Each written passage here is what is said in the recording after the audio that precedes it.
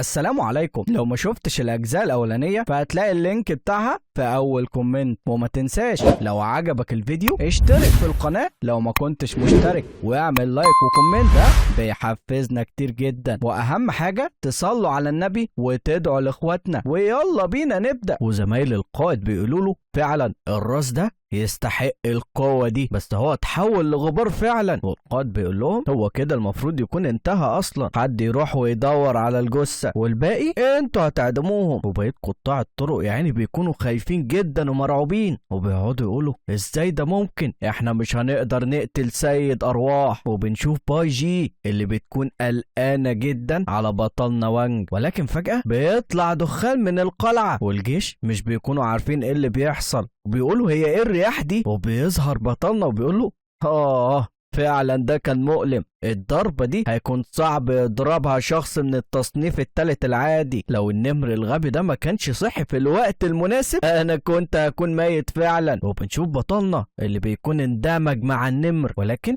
بيكون مصاب اصابات شديدة لدرجة حتى ان عظمه بيكون باين من جسمه. وبطلنا بيقول للقائد انت مش ضعيف بالنسبة لسيد روح، ولكن كل ده ملهوش معنى. والقائد بيقول لهم يلا الكل يستعد. وبنشوف باي جي وقطاع الطرق بيكونوا مذهولين جدا ان الزعيم بتاعهم لسه عايش، وبيقولوا ان هو قوي جدا. وباي جي كالعادة بتحاول تطمن عليه، ولكن هو بيجي عليه هجمات كتير جدا. والقائد بيقول في باله ده دمج طبيعي، ودي طاقة روح منتشرة، دي بقت معركة دمج. هو ليه شخص من التصنيف الروح الرابع موجود هنا اصلا؟ وبطلنا بيتعرض للضربات دي كلها وبيحصل انفجار كبير، ولكن بطلنا مش بيكون حصل له حاجة، وبيقعد يقول الاختبار اكتمل خلاص، وبيكون صد الضربات كلها بالأجنحة بتاعته. وبيقول ان بعد الدمج الدفاع بقى كويس جدا وحتى التغطية جيدة، ولكن هو مش هيقدر يستخدم اي مهارات من المهارات السحرية للنمر بتاعه، وهو كان بيخبي الأجنحة بتاعته وراه علشان يقدر يستعمل قوة قبضته. وفعلا بيعمل اعصار شديد جدا لدرجة ان جيش العدالة بيبدأ يتأثر بيه، ده حتى في ناس بيطيروا مع الإعصار أصلا. وقائد الجيش بيقول ده التصنيف الرابع، ده طلع فعلا التصنيف الرابع، وبيبدأ يقلق ويخاف. وبطلنا بيجي قدامه على طول وبيقول له دلوقتي جه دورك يا حلو. والقائد لسه بيقول له انت امتى جيت قدامي، بيلاقي بطلنا رقعه بوكس، وبيقول له ده علشان باي جي، ولانه طبعا هو ضربها، ومن كتر قوة ضربة بطلنا هو ارتفع في السماء، ولكن النسر بتاعه لحقه. والقائد بيقول للنسر بتاعه عاش يا نسري، احنا المفروض دلوقتي نفضل بعيد عنه، ولكن هو بيلاقي بطلنا بقى وراه في لحظة وبيديله بالكوع بيهبده على الارض، وبيقول له دي علشان انت كنت بتتظاهر انك الزعيم قدامي. وساعتها هو بينزف وبيكون مرمي على الارض قدام بطلنا، وبيقعد يقول في باله هو انا هموت فعلا، هو انا ليه قابلت الوحش ده؟ وبطلنا بيقول له انا تقريبا كده خلصت، ولكن هايز بيقول له ارجوك وقف اللي بتعمله، ولكن بطلنا بيقول له اخرس انت مش فاهم حاجه. وبعدها بنشوف جوانج بتكون فكت باي جي، والقائد بيقول لهم كويس اللي انتوا بتعملوه ده، هي دي فعلا طرق استخدام العداله. ولكن جوانج بيزعله وبيقول له انا مش هقدر استحمل ده بعد كده، ازاي دي بس تكون العداله؟ وهايز كمان بيزعق وبيقول للقائد انت لازم تتقاتل معاه بشكل عادل علشان ده يعتبر اهانه للعداله. وجوانج بيقول له خدني معاك يا عم، انا كده كده خاب املي في المجموعه دي، ولكن اخيرا لقيت شخص من نوعي. وبنشوف هايز اللي بيكون كبر حجم الوحش بتاعه مره تانية ورايح يهجم على بطلنا، وبطلنا بيقول في باله ده فعلا يستحق يكون بطل الرواية بتاعتي، هو لسه في التصنيف الأول وبالحجم ده كله، ولكن أنا لسه ما خدتش حقي منك، علشان كده خلينا اهتم بده. وفعلا بيضرب كرة الشعر دي وبيطيرها لبعيد، ده حتى هايس بيتأثر وبيندع ساعتها على جونج، وبنشوف في روح بتعض بطلنا من كتفه، وجونج بيروح على طول علشان يهجم عليه بسيفه. وبطلنا بيقول له مش وحش خالص، انت فعلا تستحق تكون شريك شاو، ولكن بيمسك سيفه وبيضربه برجله بيرقده على الارض. وبعدها بيقول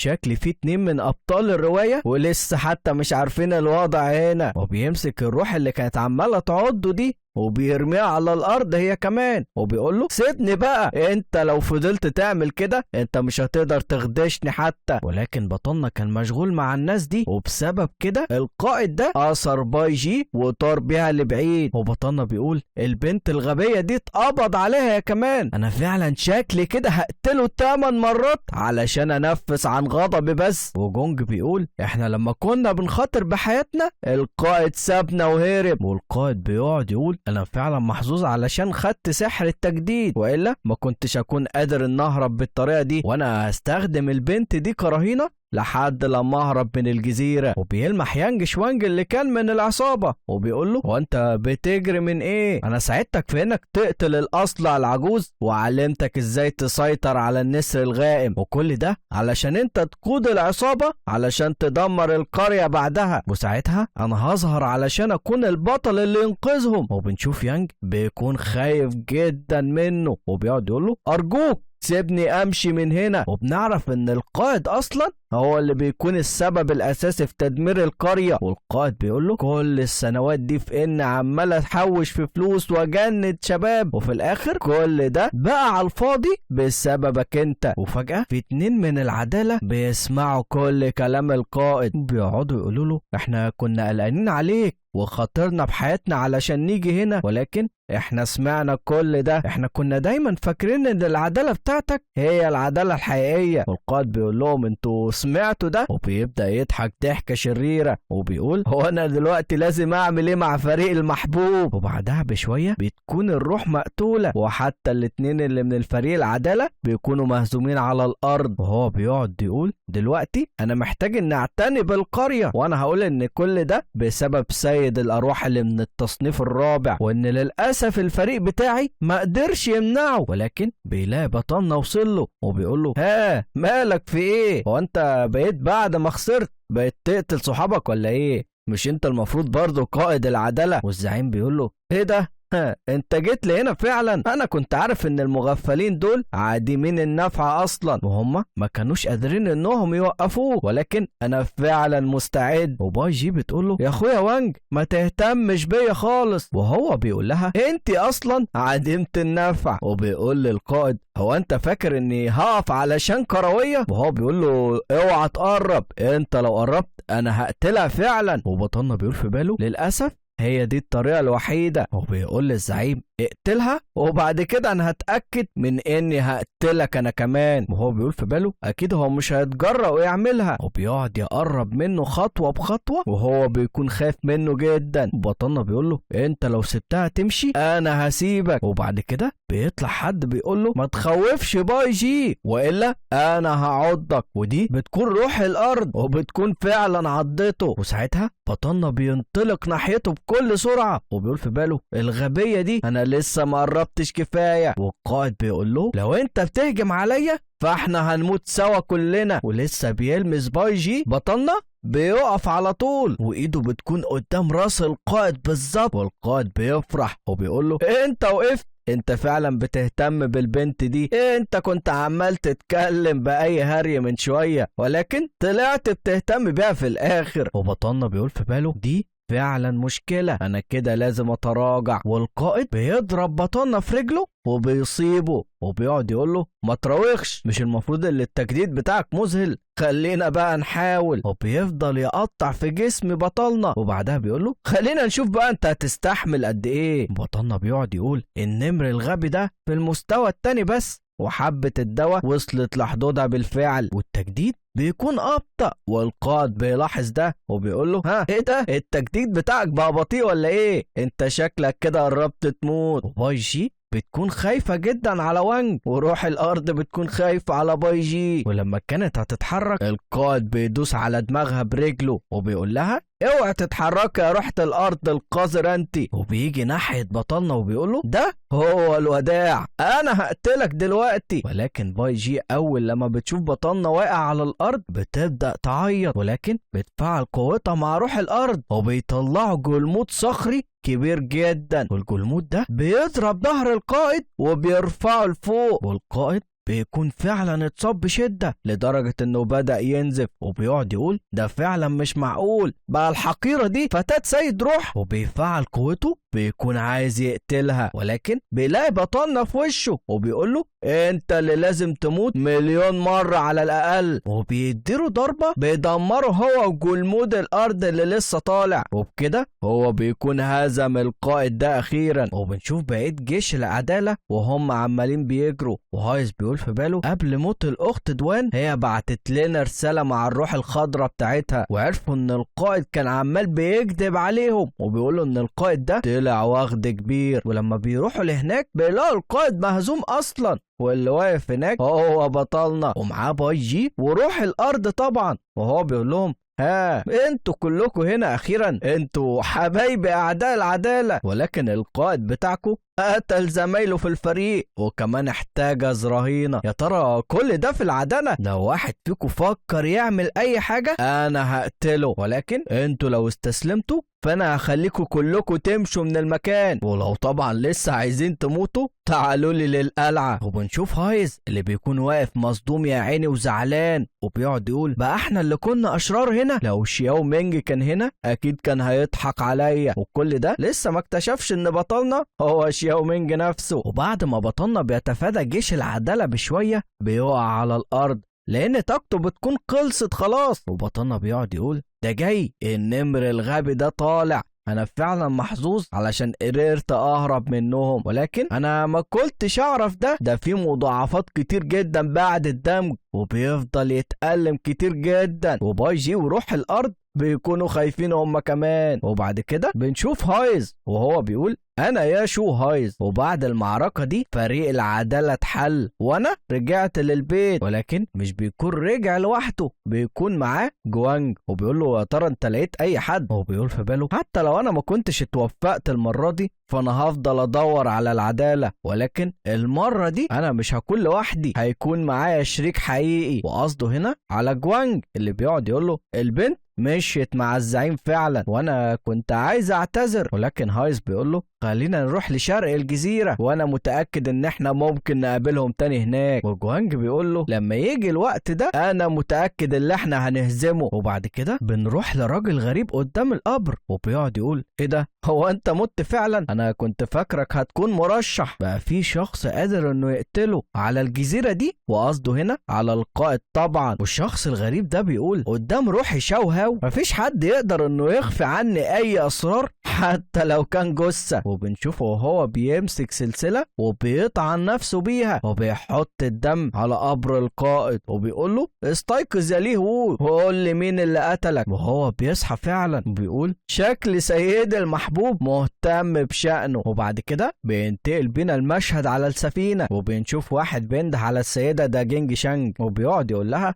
البرلمان بعت تقرير عاجل وبيقولوا ان في سيد سحر متوسط تم هزيمته في جزيرة النهر الاخضر، علشان كده هم بيأملوا انك تقدري تهزميه. والسيدة جانج بتقوله ايه جزيرة النهر الاخضر؟ صحيح، هو انت مين اصلا؟ وبعد كده بتقوله السيد شانج كانج ده بيعرض عليا ده تاني وانا كنت بستعد علشان ارجع لجزيرة وانج، فعلا امتلاك سيد سيء ده صعب جدا. والشخص التاني بيقول لها غير كده الشخص اللي مطلوب هو شخص انت تعرفيه كويس. وبيقول في باله صحيح السيدة لما بتبقاش في جو المعركة السيدة ده جوانج بتكون مختلفة تماما، وهي لما بتشوف صورته بتقول ايه ده هو ده الشخص اللي وبخني السيد شانج كانج بسببه، وده بتكون صورة بطلنا ولكن بيكون شكله وحش. وبعد كده بنروح لجزيرة وانج، وحد من بره الجزيرة بينده عليهم وبيقول لهم يا ركاب من فضلكم خلونا نتفحصكم هنا. وفعلا بيفحصوهم، وبنشوف واحد هناك عمال بيكح، وبعدها بيقول في باله انا فعلا محظوظ، هما لسه ما حدثوش قائمة المطلوبين لحد دلوقتي. وبنشوف الشخص ده بيكون بيكح دم، والشرطي لما بيجي يطمن عليه الشخص ده بيقول له انا بس محتاج ان اروح لمحل الشاي. وبيقول في باله انا اتقيأت شوية دم، شكل الجرح لسه ما التئمش لحد دلوقتي، حتى مع قدرة روح الخشب انا حتى لو ممكن ما كنتش مصاب كنت ممكن اجيب عصابة الصلع الهنا، والشكل ده هو بطلنا. والناس كلها شكلهم كده بيعجبهم جماله، وفي واحد منهم بيقول هو انت جيت هنا علشان تخش منافسة زاو تشين؟ وهو بيقول في باله ايه منافسة زاو تشين دي؟ بس شكل المكان حيوي هنا، انا فاكر ان الجزيرة دي كانت مكان مهجور اصلا. وبنشوف اللي هو جاب معاه باي جي، وهي بتقول له يا اخويا وانج هو احنا لازم نستمر اننا نعمل كده؟ وهو بيقول لها افتكري انت لازم تناديني بالامير شيتو، وهو بيكون متنكر وكمان مغير اسمه. وبنشوف بطلنا مع روح الارض وبيقول لها انت لو كنت عايزه تحمي سيدك فانت لازم تتدربي، التدريب ضروري جدا. وهي بتسمع الكلام، وهو بيقول في باله انا لازم الاقي اقوى شخص هنا وهو اللورد الاخير. وباي جي بتقول له يا وانج قصدي يا امير تشي ارجوك اشرب شويه شاي. وهو بيقول في باله انا لازم اكون صداقه معاه علشان يمسحني من قائمه المطلوبين. وبعد كده بنشوف شخص بيظهر قدام بطلنا وبيكون شكله معضل، وبيقعد يقول له ما تفترضش ان بنت اللورد الاخير هتقع في حبك بسبب انك وسيم وبس، انت صغير، خليني اقول لك ده هي مهتمه بيا انا. وبعد كده بيكون واحد قاعد سامعهم من ورا وشكله كده بيكون متعصب، وتعصب اكتر لما هو قال كده. وبنشوف الراجل التاني اللي بيقعد يستعرض نفسه، ولكن بيظهر فارس حديدي اللي هو اصلا كان متعصب من شويه وبيمسح راسه في الارض. وهي بتقول له بنت اللورد مش حاجه تقدر تفكر فيها باهمال، يلا غور من هنا. ولسه بيزعق لبطلنا، وكمان باي جي بيشوف باي جي وبيقول لهم هو انتوا لسه هنا؟ وبعد كده هو شكله كده بيعجب بشكل باي جي وبيحس انها لطيفه، وبطلنا بياخد باي جي وبيمشي، وبيقول في باله بقى اللورد الاخير عمل منافسه اسمها زاو تشين، وكل ده علشان بنته، وخلى مهرها هو رمز الحديد المظلم. والفارس الحديدي بيقعد ينادي على باي جي، وهي بتقعد تقول يا ترى هو عايز يقول ايه. وبعدها الفارس الحديدي بيقول باي جي ده فعلا اسم جميل جدا، يا ترى هم مشتركين في المنافسة بس هم شكلهم ثنائي. وبعد كده بنشوف بقية الناس وهم ماشيين علشان يروحوا للمنافسة، وطبعا بيكونوا عايزين يوصلوا للجانب التاني من الجزيرة. وبطلنا بيقول في باله في كتير جدا من المشاركين واكيد هم تم اغراءهم برمز الحديد الصلب ده. وبطلنا بيشوف شوية اشخاص اقوياء بيكونوا موجودين هناك هم كمان، وبيقول ان هو شكله كده لازم يستعد هو كمان. والناس بيقعدوا يقولوا اكيد في معنى عميق من رغبة اللورد الاخير في اننا نمشي بسرعة، والناس بيبدأوا يتزاحموا ويخبطوا في بعض. وبطلنا بيديهم فكرة حلوة وبيقول لهم انت لو كنت معاك روح طائرة انت تقدر تمشي من هنا بسهولة. وهم بيفرحوا جدا وبيقولوا ان ده فعلا صحيح، وبنلاقي اللي في ناس ركبت على الارواح الطائرة بتاعتها وبدأوا يطيروا من المكان، وطبعا بيشكروا بطلنا وبيقعدوا يضحكوا، ولكن يا عين اللي بيطير ده بيقع فجأة، وكل ده بسبب الرياح الشديدة. وبطلنا بيكون عارف ده وبيقول لهم طبعا لو كنت عايز تستخدم الطريق ده فانت لازم تصمد قدام الرياح. وبعد كده بيقول لهم فكرة تانية، انتوا لو عايزين تروح للجزيرة اسرع فانتوا ممكن تستخدموا النهر،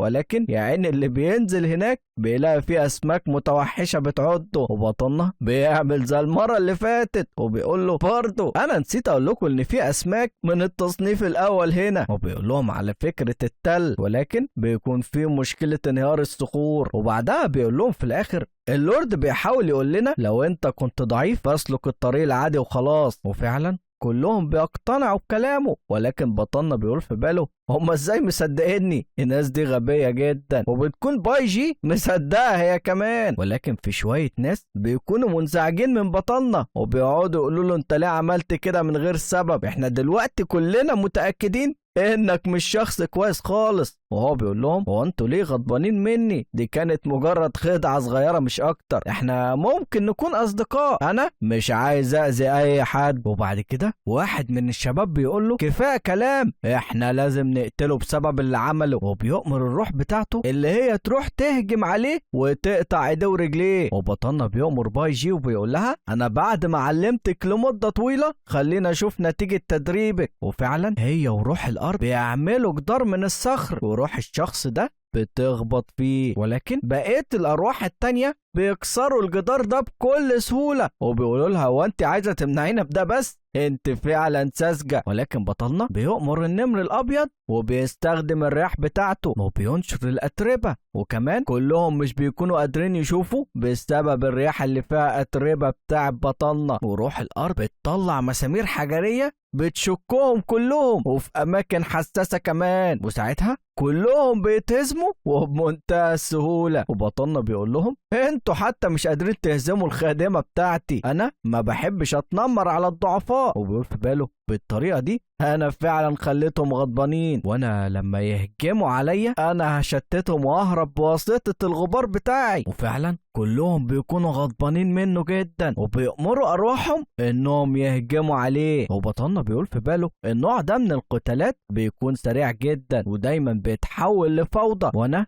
لازم اركز على اني اقضي على اكبر قدر منهم. ولكن بيوصل للفارس الحديدي وبيهزمهم كلهم بالدب بتاعه اللي بيكون روحه هو كمان. وبيقول لهم هو انتوا بتتجرأوا تلمسوا باي جي؟ ومن كتر قوته بيعمل ضغط كبير جدا لدرجة ان بقية الشباب بيهربوا من قدامه وبيقولوا ان ده روح من التصنيف الثالث. والفارس الحديدي بيقول لهم انا اسف انا اتأخرت. ولكن باي جي بتقول له هو انت مين؟ وهو بيقول لها انا شياو يي وتقدري تناديني بشياو بس. وبطلنا بيقول في باله يا ترى الشقي ده منهم هم كمان؟ وبطلنا بيقول له يا ترى البطل الصغير متشارك هو كمان في المنافسة؟ والفارس الحديدي بيقول له لا يا عم انا جيت لهنا علشان ازور صديق ليا، ولكن انا لو انا شفتهم تاني انا هعتني بيهم علشانكم ما تقلقوش. وباي جي بتقول له بس لو ده حصل مش احنا كده هنكون بنسبب لك مشاكل تاني؟ وبطلنا بيقول في باله ده معاه دب من التصنيف الثالث، ده اكيد هيسبب لي مشاكل بعد كده. ولكن الفارس الحديدي بيقول لهم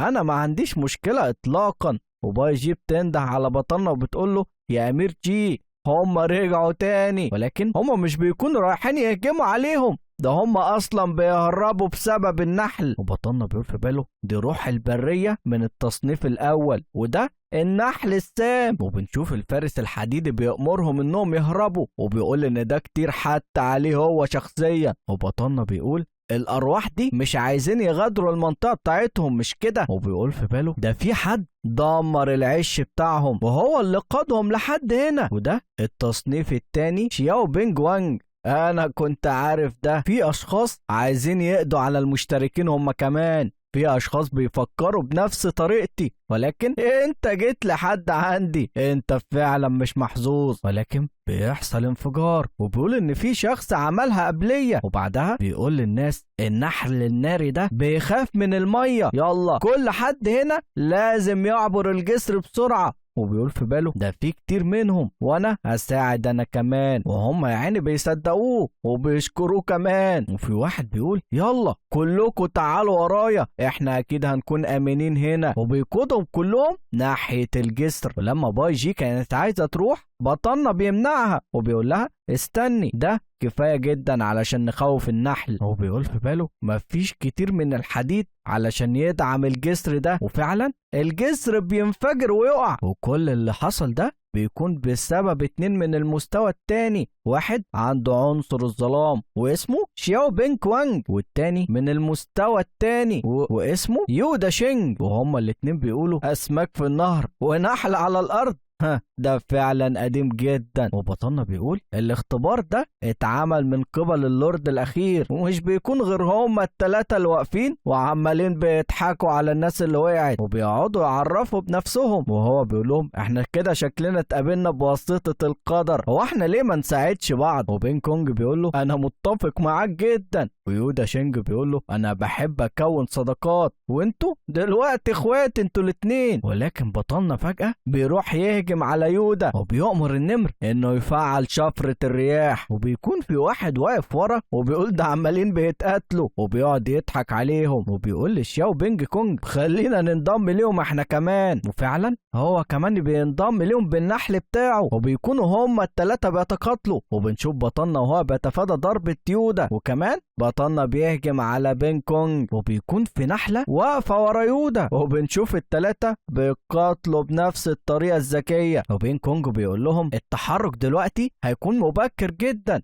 انتوا اكيد انتوا الاتنين فهمتوني غلط، ويودا بيقول لهم انتوا اخوات غير كافيين بالمره، وبيقول في باله يا ترى انا لازم استخدمها ولا لازم استنى شويه، الموضوع فعلا مهم هنا، يا ترى مين هيكون عنده القدره الاقوى، وبطلنا بيقول في باله يا ترى هو انا لازم اكح شويه دم علشان اخدعهم وبعد كده اقتلهم، وبعد كده بيقول لهم هو احنا ليه ما نتوقفش هنا، وهما الاتنين بيقولوا له احنا بنتفق معاك، ولكن هما التلاتة بيضربوا بعض، واحد فيهم بيقول انا بستخدم الثقة هنا، والتاني بيقول القتال كده مش هيكون كويس غير للآخرين بس، والتالت بيقول بعد الضربة الجاية دي كلنا هنقف مش كده، ولكن بنشوف الفارس الحديدي وباي جي واقفين عمالين يتفرجوا عليهم ومش فاهمين اي حاجة لانهم بيكونوا مخادعين جدا، وباي جي بتقول يا ترى هم اصحاب قدام ولا ايه، وهم بيكملوا قتال في بعض، وبطلنا بيقول للاتنين التانيين انا بس كنت عايز اعدي النهر مش اكتر، انتوا الاتنين طلعتوا حساسين جدا، ويودا بيقول له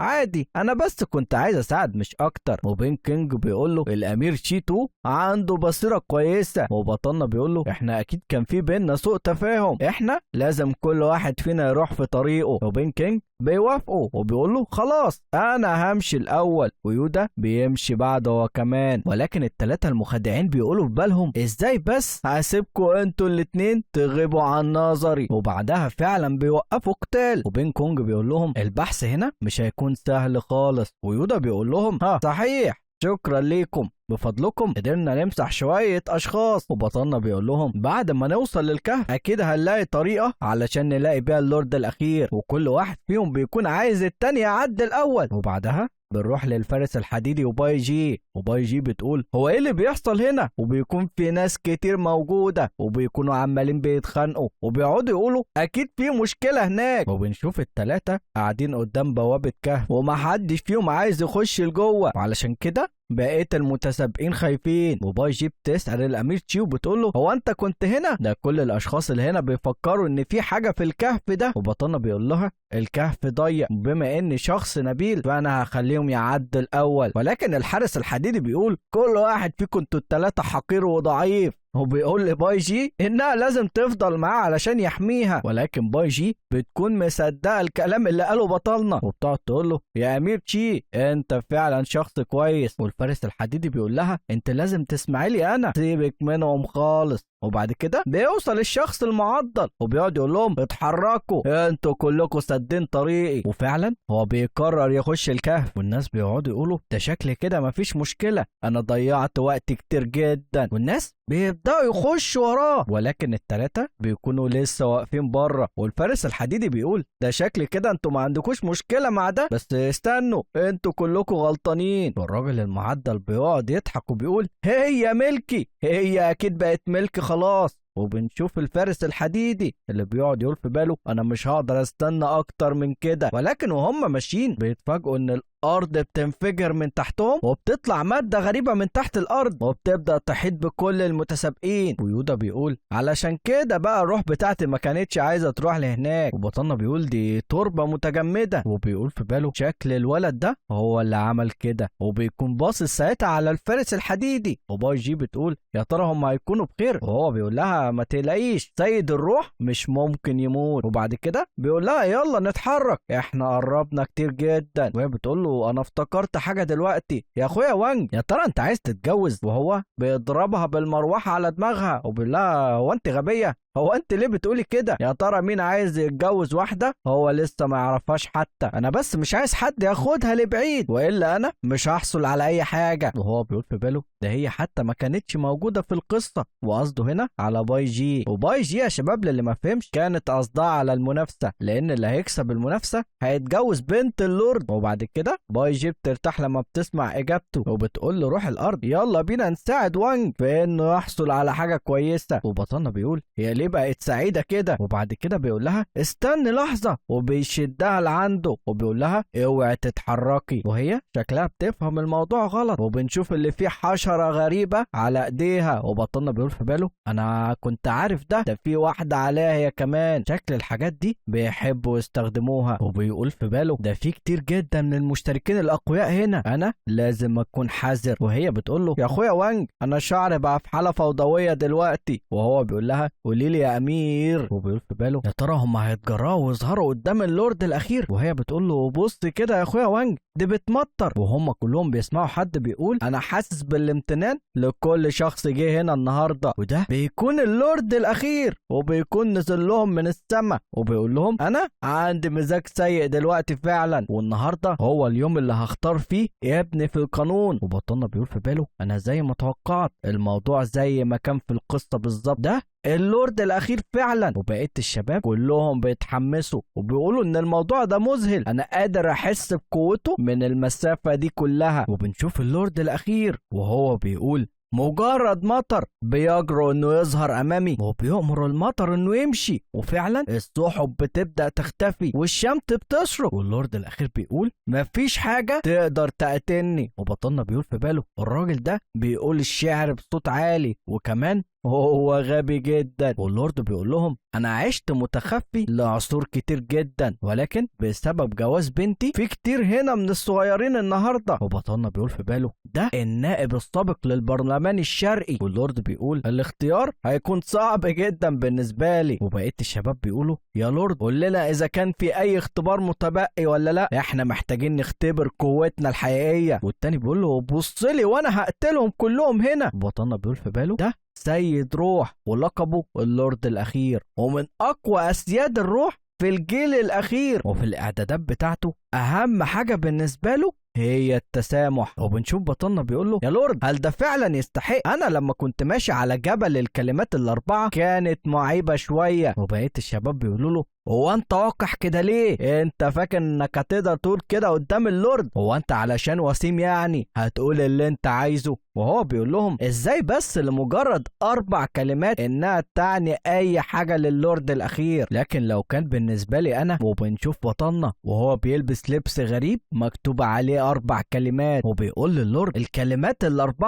بتعني بالنسبه للورد الاخير ده وهو انه لا يقهر. واللورد بيقول ازاي انا ما فكرتش في كده، وبيقدم الرداء ده للورد وبيقول له هي دي هديتي ليك. وبطلنا بيقول في باله اصلا انا خليت البنت الغبيه تعمل لي الرداء ده قبل ما اجي هنا. والشباب بيقعدوا يقولوا ده بس بيتملقوا، انا ما كنتش عارف ان الوسيم ده بالشر ده كله. واللورد الاخير بينبهر بيه وبيقول له خلاص انا حسمت قراري، انت هتكون ابن في القانون. وبقيه الشباب بيقولوا له ده تسرع، هي فين المبارزات؟ وهو بيقول لهم انا بختار ابن بالقانون، وانا ما كنتش عايزه مقاتل اصلا، هو طبعا المفروض يكون شخص استثنائي. وبطلنا بيبدأ يكح دم وبيقول حوالين الزواج انا مش هقدر، واحنا ما ينفعش نأجل شويه. بيقول في باله انا بس كنت عايز ارفع تعاطفه تجاهي، ما كنتش عايزه يخليني ابنه في القانون. وهو بيقول ايه ده بيكح دم، وبعدها بيضربه وبيقول له الراجل الحقيقي بيقدر يقتل اي حاجه، ازاي واحد ضعيف زيك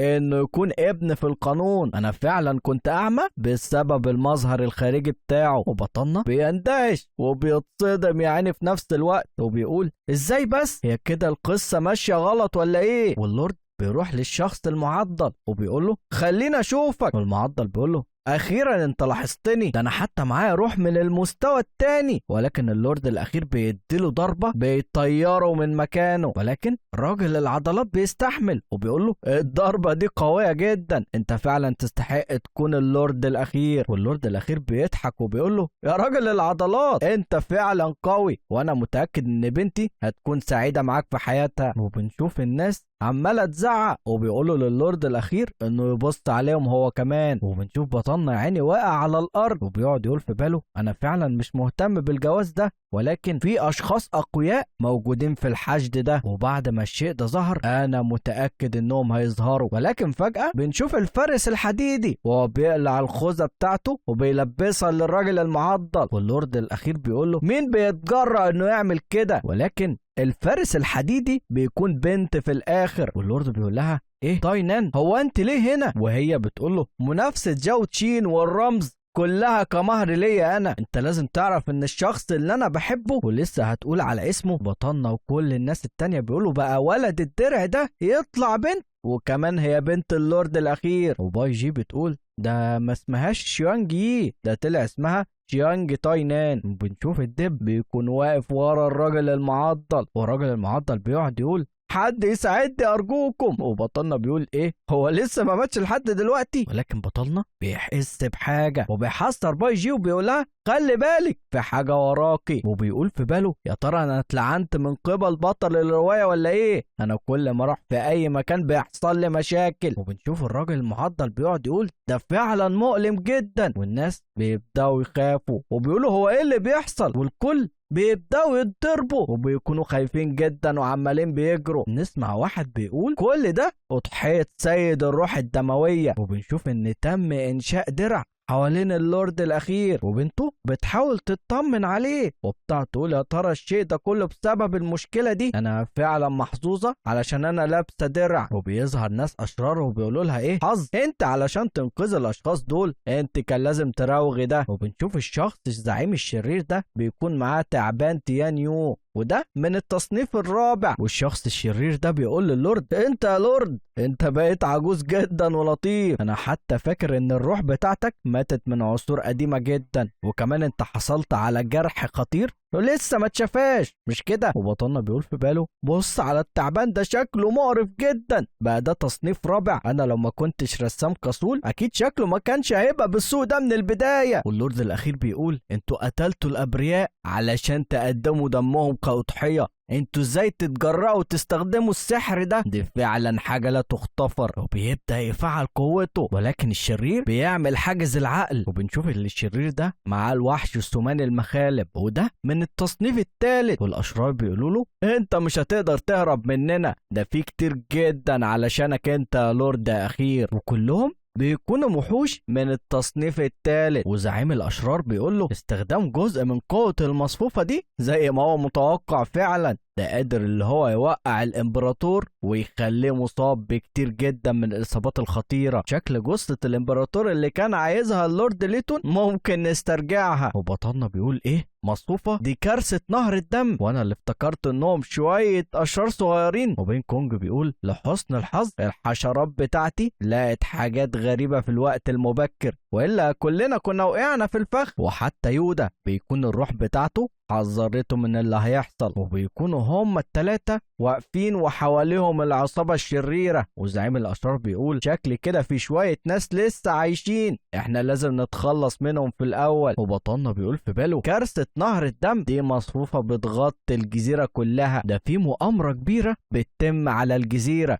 والتضحية دي كانت بعدد كبير جدا من المروضين والسحرة، وكل ده علشان تكون المصفوفة أكتر قوة، لأن كل ما زادت عدد الأضحيات المصفوفة كمان قوتها بتزيد. والحاجة اللي دمرت معظم الجزيرة كانت واحدة من أفضل 5 منظمات في الماجستير الروحي كله، ولكن من الواضح إن حجم التضحية بالدم ما كانش قوة أصل المصفوفة، ودي حاجة غريبة فعلا. ويودا بيقول يلا تعالوا، وبيقول للشباب أنا كده لازم أقاتل معاكم ولا إيه؟ وبين كونج بيقول له أنا عايزك بس توفر لي الوقت. وبيقول في باله الحشرات دي هشة جدا، وانا محتاج ذو الشعر الذهبي والشعر الارجواني، كل ده علشان يعملوا درع اللحم. وبطلنا بيقول احنا فعلا محتاجين اننا نقاتل سوا. وبيقول في باله انا لازم ادور على فرصة علشان اتملق الامبراطور، وده لو ما نجحش فانا اكيد ههرب مع باي جي. والامبراطور بيقول ده فعلا مضحك، انا مش محتاج لشويه صغيرين علشان يدافعوا عني، السبب في اني عايش هنا لسنوات كتير انه بعد اللي حصل ده انا سحري سقط فعلا. ولكن بنشوفه هو بيبدأ يشيل الرباط اللي على ايده، وبتظهر علامة التعاقد مع الروح اللي بتكون على شكل تنين، ولسه بيستعمل قوته وبيقول للشرير انت خدت حياة ناس كتير جدا في الجزيرة دي، والجزيرة العائمة اللي انت عبست فيها دي هي جزيرة الامبراطور. وبطلنا بيقول في باله هو ايه اللي بيحصل؟ وده اعداد مشتق من العالم تاني. وفجأة بنشوف وحش سحري من التصنيف السادس وهو ظل الامبراطور، وده بيكون على شكل تنين وظهر فجأة من الجزيرة. وبطلنا بيكون مش مستوعب كل ده اصلا لانه مش فاكر اللي هو كتب حاجة زي دي. وبطلنا بيقول للفارسة الحديدية انت كنت عمالة بتتظاهري انك السيد كينج سانج، ولكن انت ما طلعتيش بسيطة خالص. وهي بتقوله انا كنت بعمل كده علشان اخوف العدو مش اكتر. وهو بيقول في باله لسه في صراع، انا لازم اعمل كده. واللورد الاخير بيقول الاسياد الروحيين هم الرجالة الأشرار اللي بيطردهم المجلس، ومجموعة الأرواح والأشباح دي بيعيشوا في أماكن من غير أي قواعد وهم مخادعين جدا. وباجي بتقول اللي قالوا جد دلوقتي إنهم كويسين جدا في كل الوسائل الحقيرة. واللورد بيقول دي حاجة انتوا ما تقدروش تتخيلوها يا شباب، دول فعلا مخادعين جدا فعلا. والتلاتة التانيين بيبصوا لبعض وكأنهم مش عارفين اي حاجة لانهم هم اصلا مخادعين هم كمان. وبعد كده بينفجر نهر الدم الضخم بشكل كارثي، وده بمعظم جزيرة دونجي. وبطلنا بيقول في باله يا ترى الامبراطور لقى حاجة غلط مع حاتسو. واللورد الاخير بيقول انا لو ما قتلتش الراجل ده انا هكون في مشكلة كبيرة. ولكن بطلنا بيقول له استنى ارجوك خليك في الوادي. وبيقول في باله انت مش هينفع تخرج الدم المسموم ده لفترة من الوقت. وهنا بيكون خلص الفيديو بتاعنا النهاردة. يا ترى ايه اللي هيحصل بعد كده؟ اكتبوا لنا توقعاتكم في الكومنتات، ولو عجبك الفيديو ما تنساش تشترك في القناة وتفعل زر الجرس وتغرقنا لايكات وكومنتات، وما تنساش طبعا تصلي على النبي وتدعو لاخواتنا. دمتم سالمين، يلا سلام.